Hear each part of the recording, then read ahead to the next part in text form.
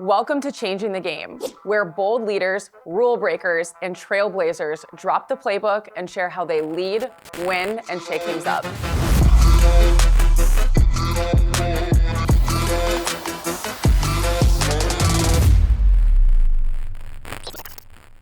Hey everybody, welcome to Changing the Game. Today I am joined by Rebecca Cohn. Rebecca is a general manager of Jordan Sport across Asia Pacific and Latin America.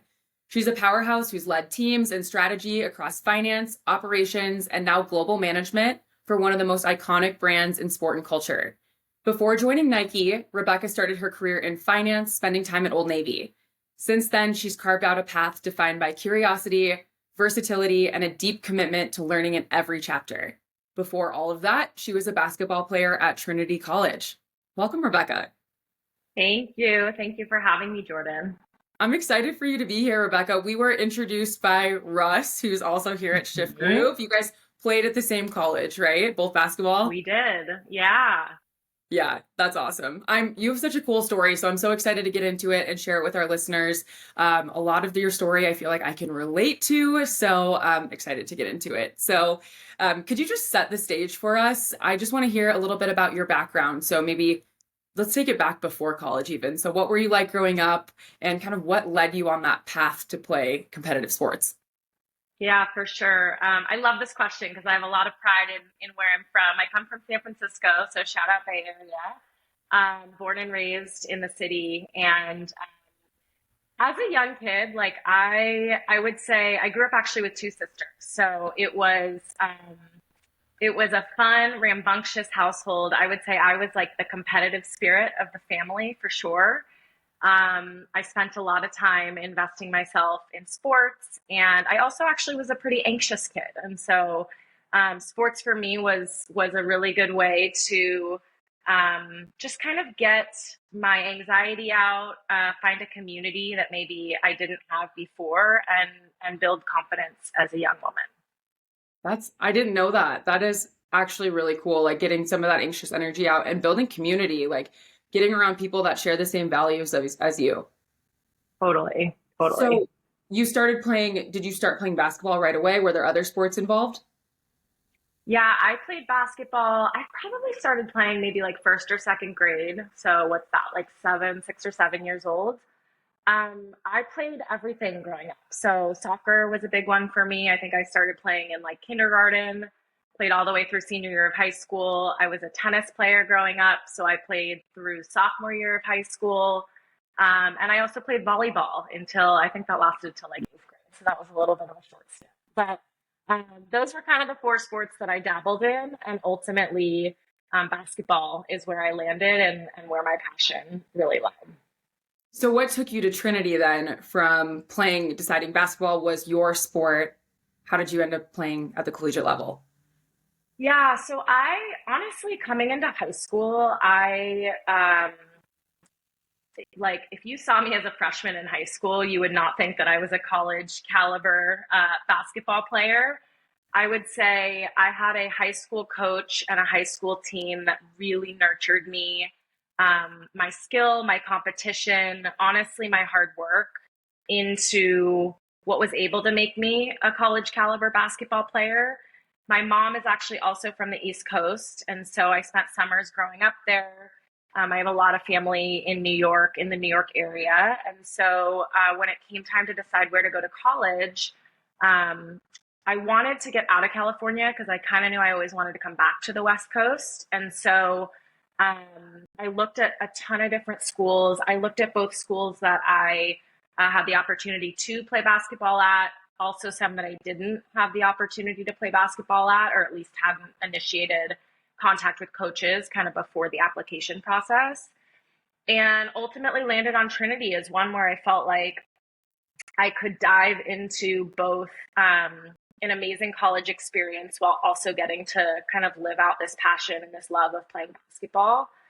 Um, and so that's how I ended up at Trinity. Yeah, I think your story there really resonated with me because I also had like a college coach, or I'm sorry, a high school coach that really helped nurture me as a player. Like I could have been the same thing, like maybe not playing at the collegiate level.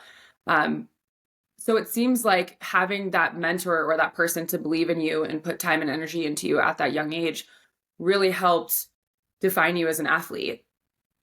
Totally. And I didn't even know it at the time.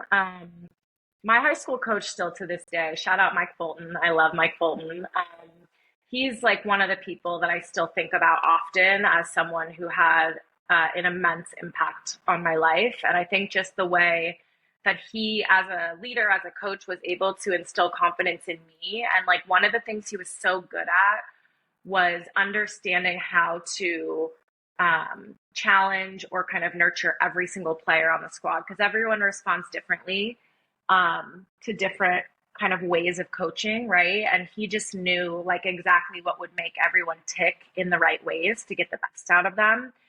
And I think for me, like I was never the sharpshooter. I was never, I didn't have crazy handles. Like I just worked my ass off, frankly. And um, that in and of itself, along with, a push from him to say, hey, like we should get you in front of some college coaches, really gave me the confidence to kind of get to that next level.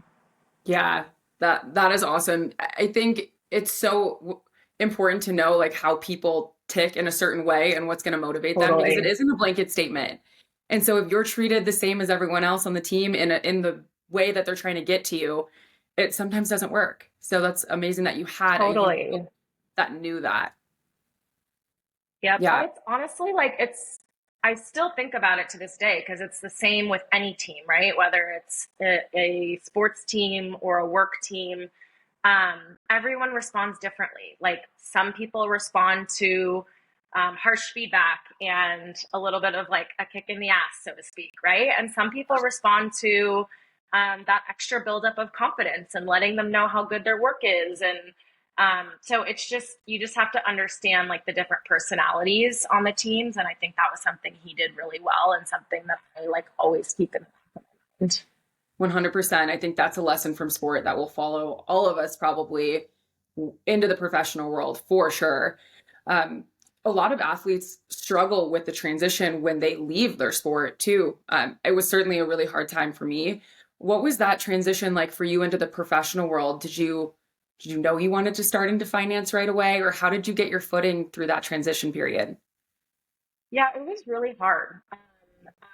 Was always I was always keen on doing something in business. I wasn't quite sure what that was. I studied economics in undergrad, and so I had an interest in that space, but I didn't really know what was out there. I think as I started, so my first job out of undergrad, I actually worked as an investment banking analyst on Wall Street in New York City, which was quite an experience. And I learned a lot both about the work world, but also about myself, more importantly. But that transition was really hard because you go from your entire life, like since I was 6 or 7 years old, pouring your identity into a sport or your friend group into your team or whatever that looks like, right? And then all of the sudden, nobody knows you as a basketball player anymore, right? Yeah. Nobody knew when I walked into my office for the first day 2, 3 weeks after I graduated from college that I had just come from a basketball team. And I'm thinking like, oh, I have all this confidence. I was a basketball player, yada yada, but like nobody knows that. And I think and it doesn't even really matter what everyone else knows. I think it's more like how you connect with others. And so I think figuring out how to use basketball as a way to connect with others, but not necessarily have my entire identity tied to it. It took a long time to kind of hone that. And honestly, it's still something that I work on every single day. Um, One of the things that I love about being at Nike right now is I have an amazing community of women who I don't even work with in my day job, but who I've met just through playing pickup. And many of them played at the collegiate level or at the professional level. You can imagine at Nike, there's a really high level of play and competition, but that has helped me kind of still have that connection to the game and connection to people that maybe I wouldn't find outside of the game while not making it kind of everything of who I am. Yeah, it is such a fine line. It's finding your identity outside your sport or finding ways to translate your skills from that identity into a new chapter, but Yep, also staying close to the people that share the values of sport or just sharing the love for the game, I think definitely helps with the transition too. totally. Yeah. And there's something so unique about those friendships, right? Like some of the women that I play with today, I probably would never be friends with outside of basketball, but you just get it. You just get each Yes. other, and it makes for some really amazing relationships. I totally agree. I don't play much volleyball anymore, but I belong to a gym that kind of feels like an athlete space. Like when you were training in college, it has that same environment. And I totally agree. It's like the friendships that you make with those women, it's like you push each other in a different way and you support each other in a Totally. different way. So you share those values and it's really fulfilling, I guess, in the next chapter. Yeah. So Absolutely. I want to get more into your career trajectory because you kind of gave us a little hint that you started on Wall Street and now you're at Nike. So, can you just walk us through a little bit of your career trajectory and how did you end up at Nike from East Coast Wall Street all the way now to Oregon? Yeah, it's quite a journey, but I started right after I graduated. I actually landed a job like November of my senior year, which I felt really lucky at the time because I could spend the rest of my senior year just having fun and enjoying myself. But I started in a 2 year investment banking analyst program at Credit Suisse in New York City. And I kind of always knew I wanted to get back to the West Coast. The investment banking experience was really intense, right? And I mentioned earlier, like I learned so much personally and professionally. Some of that what I wanted to take with me, and some of it what I didn't want to do going forward, right? And so as I was starting after the 2 years, you have the option to stay on for a third year, or most people end up going back to business school or going and working in private equity. And I was trying to evaluate what I wanted to do. And I started connecting with a few people back in San Francisco and landed a role at Gap Inc. Within Old Navy. So Gap Inc. has multiple brands, but I was with the Old Navy brand. I started in actually a rotational program there. And so it helped me kind of hone my skills in the retail industry. And then I landed a role in finance. And so I spent about 2.5, 3 years at Old Navy. And I'm back. I'm living in San Francisco, and I caught the tech bug a little bit. All my friends were working at Google and Facebook and all of those companies, and so I said I wanted to be in tech. So I started interviewing in a bunch of tech companies out there, and throughout the process, at some point, I actually got a LinkedIn message from a recruiter at Nike, and I sort of like laughed at it at first because I was like, I'm never moving to Portland. But also I was like, well, it's Nike, I don't want Yeah. to ignore them completely. You never It's know, a like, conversation. don't hurt Yeah. any. Yeah, exactly. And I was like, you know what? I'm interviewing for other positions. I might as well just kind of use this as an opportunity to connect with someone new and practice. So I went through an interview process there. It was dragged out like months and months. And I'll never forget, I went up for a final round interview. This was pre-COVID, so they actually flew me out, came to campus, which I had no idea. For those who have never been to Nike campus before, it is, for someone who's into sports, it's like being a kid in a candy shop. Like there are soccer fields, gyms, basketball courts, climbing walls, like beach volleyball courts. It is unbelievable. And so I set one foot on that campus, and I remember making a phone call to my mom from the parking lot after one of my interviews and being like, I literally was in tears because I was like, I think I'm going to get a job offer and I don't know what to do because I love this place so much. I just love the feeling, but I never really took the process seriously. Like I didn't think I was moving to Portland. I had never been to Portland before this interview. So long story short, it was a really, really tough decision to make because, I had options to stay in San Francisco and work in the tech industry. And I took a risk and I moved up to Portland. I dropped everything. I didn't know one person up here. And I came up back in 2016 and I have been here ever since. And I've had many jobs at Nike. I've been lucky to have a pretty robust career here.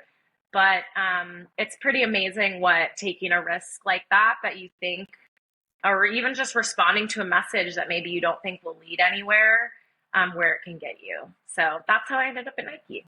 I love that story because it's so much about just the power of keeping, I don't want to say keeping your options open, but not saying no to opportunities prematurely. Like just being like, yeah, I'll take the conversation because you never know what's really going to present itself. And Totally. it reminded me too of, I had a guest on a few weeks ago, Sam Tierney, but she said something like, sometimes if you identify with a mission or what a company does, it's more about, not necessarily finding the perfect role, but just getting the opportunity to get your foot in the door.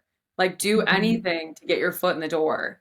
And then, excel, do well, and maybe your career will grow in ways that you never imagined. So, Yeah. And I will acknowledge, like, I was really lucky with the way that things panned out in terms of getting to Nike. Like, you wouldn't believe a lot of people move to Portland, Oregon with no job and like just network their way into a job and, take an even bigger risk than I took moving up with a job in hand. But yeah, people like live and breathe the Nike brand and the Jordan brand, and so to be able to work at a place like that, yeah, and start out in a role that I liked, but I didn't love, but it allowed me to kind of explore the company and what else it had to offer.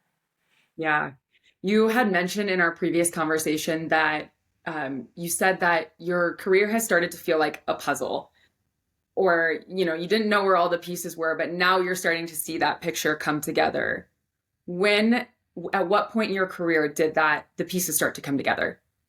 Yeah, it took a while. I would say maybe in the last 5 years, and it's still coming together. But it's funny because I remember back to when I was an investment banking analyst in New York City. I was like 23 years old, and I remember meeting for coffee with a family friend who was in the industry, and I was just trying to get his kind of perspective on what to do after investment banking and where to take my career.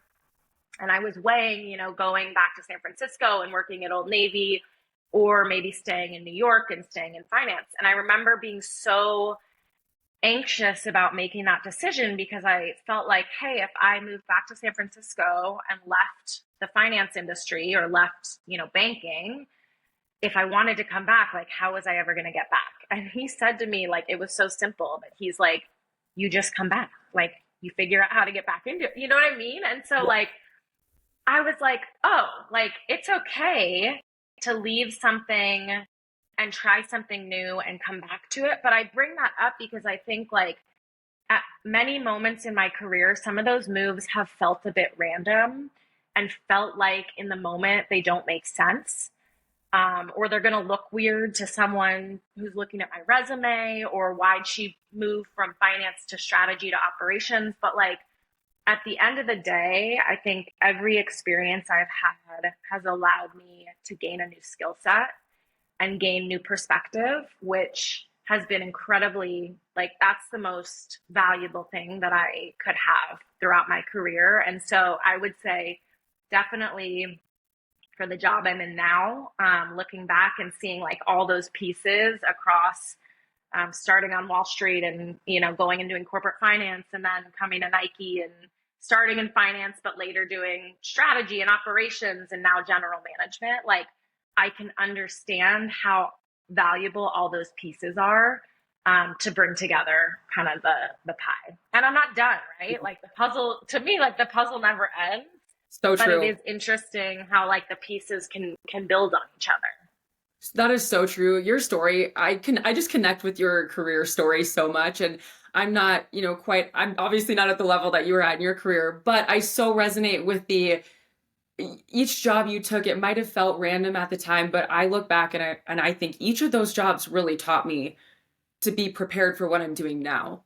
And Yeah, even if it didn't make sense at the time, or even if I wasn't happy, I look back and I go, I definitely don't regret taking that job, or I definitely don't regret doing that thing, because if I didn't do it, I wouldn't be having the confidence in what I'm doing now. So I can for totally sure. resonate. Yeah, and I think like every experience is a good one, good, bad, or ugly, right? Because you can learn something from every single experience. And maybe what you're learning is that you don't want to do that. And that's actually maybe sometimes more valuable than the jobs you love or you thrive in because, you're learning what you don't want to do. And so those things, those moments are important as well. So true. I think especially for transitioning athletes, we struggle with the not having the passion for the thing anymore or not having that piece of your identity. And you go into the next chapter thinking like, I can't make the wrong choice, but I just like, there's no wrong choice. You just have to learn along the way, fall forward into the next thing. And if you hate it, you hate it. You move on to something else and you learn a little bit For more. sure. For sure. Yeah. So, how do you feel? I kind of want to go a little bit deeper on this too. How did you feel each of your roles across operations, strategy, finance? How did they uniquely prepare you for what you're doing now? Yeah, I mean, I think like I always look back on my finance experience as kind of giving me like the technical skills, right? Like I learned Excel, I learned how to build a financial model, I learned what a P&L looks like and how a business makes money, honestly. And that kind of gave me my foundation. I moved into strategy because I wanted a little bit more of a broad understanding of how a business is run and so like outside of just the financials, like what else goes into driving a business, right? You have to have a good product, you have to have the right marketing and storytelling. It has to be merchandised in the right way for the consumer to really feel it in a meaningful and impactful way. And so I moved into strategy, and I would say my strategy role at Nike was probably arguably the most formative role that I had there because it almost was like a 2.5, 3 year boot camp to understanding not just the ins and outs of like how to run a mini business within Nike, but also how to navigate Nike. When I got to Nike, and there's about 10,000 people roughly that work here in Beaverton, Oregon, but there's 70,000 plus employees all over the world.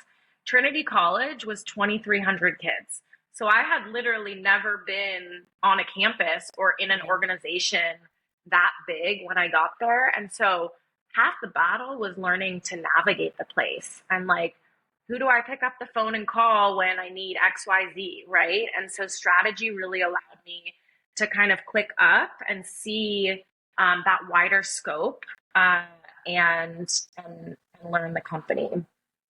And then operations, that felt like a little bit of a random one at the time, I'll be honest. And part of that was me really wanting to get into the Jordan brand. So back in 2020, 2021, I shifted from my role on the Nike side in strategy to my role to a different role within Jordan in operations. And it was almost to your earlier point, like it was almost my foot in the door into Jordan, right? And it was my way of kind of taking a role that, hey, was started to get me a little bit closer to the business, which is something I wanted. So I wasn't flying so high in strategy, but also something that I could leverage the skills from my strategy role and kind of apply those as I learned what operations was all about. That role really allowed me to get closer to things like product creation and design and understanding how a product, starts as an idea in someone's head, makes its way to the drawing board, to a prototype, all the way to the consumer's hand in a store or, in their home, right? And so understanding operationally, like how that process works was so valuable for me to be able to truly start to understand how business runs end to end. And then about a year and a half ago is when I moved into my current role as general manager of Jordan Sport in Asia Pacific and Latin America. And so again, like another role that I didn't have a GM experience prior, but being able to draw on, that foundation I got in finance and the understanding of business in strategy and the understanding of tactics and how to kind of like run a process in operations really set me up nicely for this role. Yeah, I have kind of a three-part question because I'm just super curious. One, why did you want to move from Nike to Jordan? And Mm. then two, tell us and me, because I'm still learning so much, a little bit about what are your responsibilities as a GM? How is it different than being in strategy or operations? And then I guess why do you love it? Yeah. So moving from Nike to Jordan, that felt like a no-brainer for me. Like growing up, I grew up in the 90s. I loved MJ. I watched him play. We happened to share the same birthday, so I always felt like Oh, we no had that way. secret special connection. But, just growing up as a girl, young girl playing basketball, um, I mean, Michael Jordan is iconic, right? And Yeah. so I think just being able to work for a brand and on a sport that I am so passionate about. And then on top of that, Jordan almost operates as a little bit of a startup within Nike. So Nike Inc. is huge. Jordan is a much smaller brand. It's still a multi-billion dollar brand, don't get me wrong, but the way that we operate is a little bit more entrepreneurial in spirit. And so it felt like a great opportunity for me to kind of roll up my sleeves and get my hands dirty, if you will. And just maybe be able to do some cool things that I wasn't able to do on the Nike side. So that was really the why Nike to Jordan. My role today, I would say, like at the highest level, I am responsible for running the business of Jordan Sport in the Asia Pacific and Latin America regions. And so that starts with building a strategy, right? And it flexes all the way to actually executing the strategy in those parts of the world. So I have a team that sits in part here in Beaverton, Oregon. And then I also have teammates who sit in Tokyo, in Japan, and in Manila, in the Philippines, all over the world that help us execute that strategy. And I think like what's been so unique about this role and maybe different from the others is that I'm the responsible one, right? When you're writing the strategy, like you can write the strategy, but the GM kind of owns the strategy and drives the strategy, right? But now, like, it's my plan and it's up to me to get it done. And I'm the one to hold accountable if it doesn't get done. Right. So I think that just puts more kind of emphasis on what I'm doing and the ability to really like own what I'm doing. And then I think you asked why I love it. I mean, Yeah.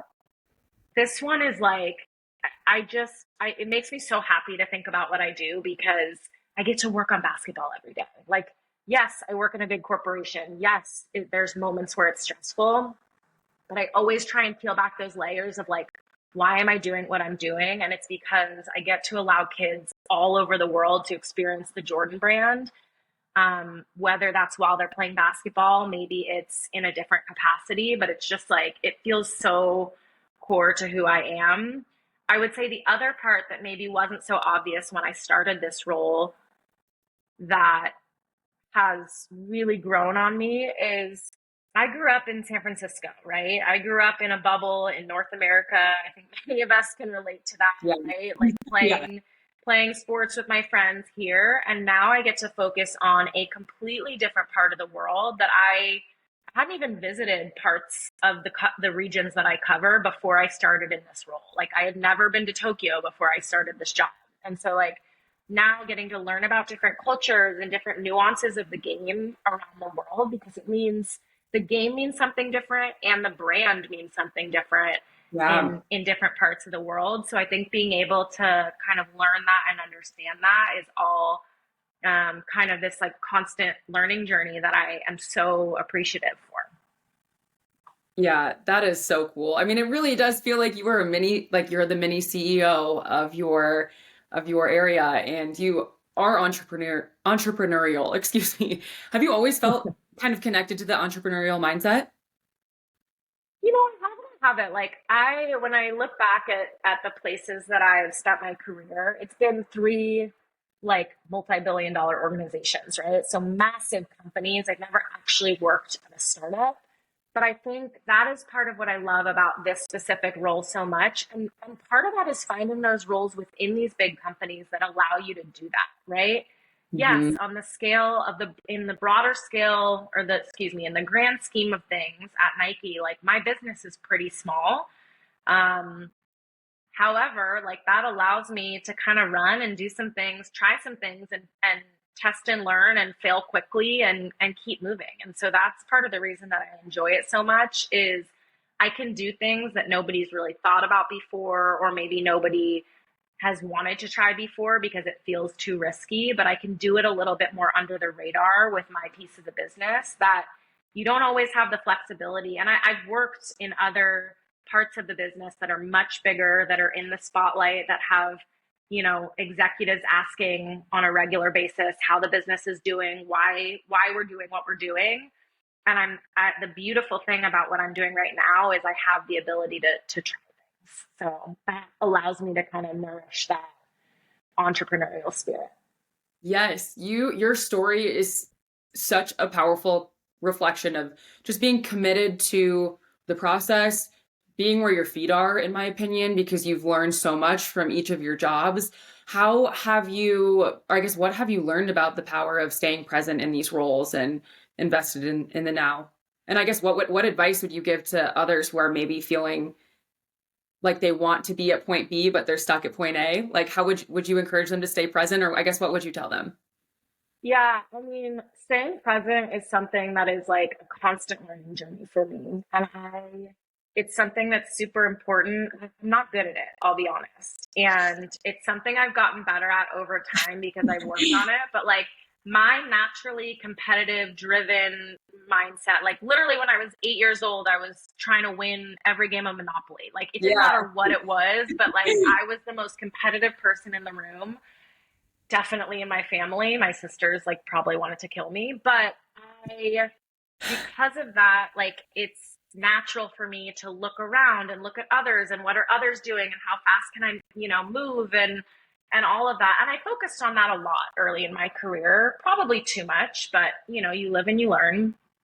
And I think now understanding the value of really immersing yourself in exactly what you're doing has been so valuable for me. And I think you actually end up doing better work because of it, because you're not trying to chase something that isn't true to you. And you're really allowing yourself to be present in the moment and to learn from what you're doing and to draw on those skills later and apply them to something else. And so, um, it's something I have to work on, but it's like I am constantly working on just staying in the moment and not thinking about what are other people doing around me, which can be hard at a place like Nike, right? Where you have ultra competitive and driven people around you. So, Yes. and then in terms of like giving advice, I mean, I would just say, like, I'd say a few things. One is just trust yourself. Like, there was so much of that in my early years of in my early working years that I was just like, I don't know if this is the right move, and this sort of feels right, but I'm not really sure what other people would think. And it's like it doesn't matter what anyone else thinks. It's like what feels right to you. So trusting yourself. Um, and then I think, especially like for all my former athletes out there, like just drawing on those leadership skills and teamwork skills and communication skills, like the smallest things. I mean, literally being on a team, a basketball team full of young women growing up, you have 5 million different types of personalities, right? And you have to learn how to get along with all of them. It's the same thing in the workplace. There's politics that happen, there's people that get upset over things that maybe you don't understand, but like you have to learn to work through them. And so I think being able to really use that as your foundation and build on it, just as like a human being, not even as, oh my God, how do we get this work done, is incredibly important. So that's what I would say. Yeah, amazing advice. All the soft skills that we have from our background of being athletes, they really are the foundation Totally. to being a good teammate, being a good person that people want to work alongside. Yeah. Agreed. I have one final question for you, Rebecca. I just would like to know if someone only remembers one thing from this episode, what do you hope it is? I hope that people remember that like it's okay to take risks and it's okay to fail. It's funny because as I'm saying that out loud, there's not even one thing I can draw back on in my career that I feel like I failed in or in my life that I feel like I failed in. But it's because, as I said earlier, you learn something from every experience, good, bad, or ugly. And so I think just being able to be okay and get comfortable in ambiguity and taking those risks will only help you in your professional life, but more importantly, in your personal life down the road. Yeah, I love it. Rebecca, that was awesome. Thank you so much for joining us. I really appreciate your time. This is going to be an amazing listen for everyone here. Where can I encourage people to connect with you on LinkedIn? I know you said you're not a super big LinkedIn person Yeah, sometimes. Can I they know. just Absolutely. Please do. I would love awesome. A huge miss by me for not wearing the Jordan shirt I have in my drawer today. I that. just talking about it, I was like, why didn't I wear that shirt? Like, Oh, good. You can go put it on after this. yeah, I'm going to actually right now because so I have AC in my home, so it's like starting to get hot in here. I'm like, I want to go get a t-shirt on and put shorts on after this. So thank you so much, Rebecca. Appreciate your time Thank and you. for tuning in today.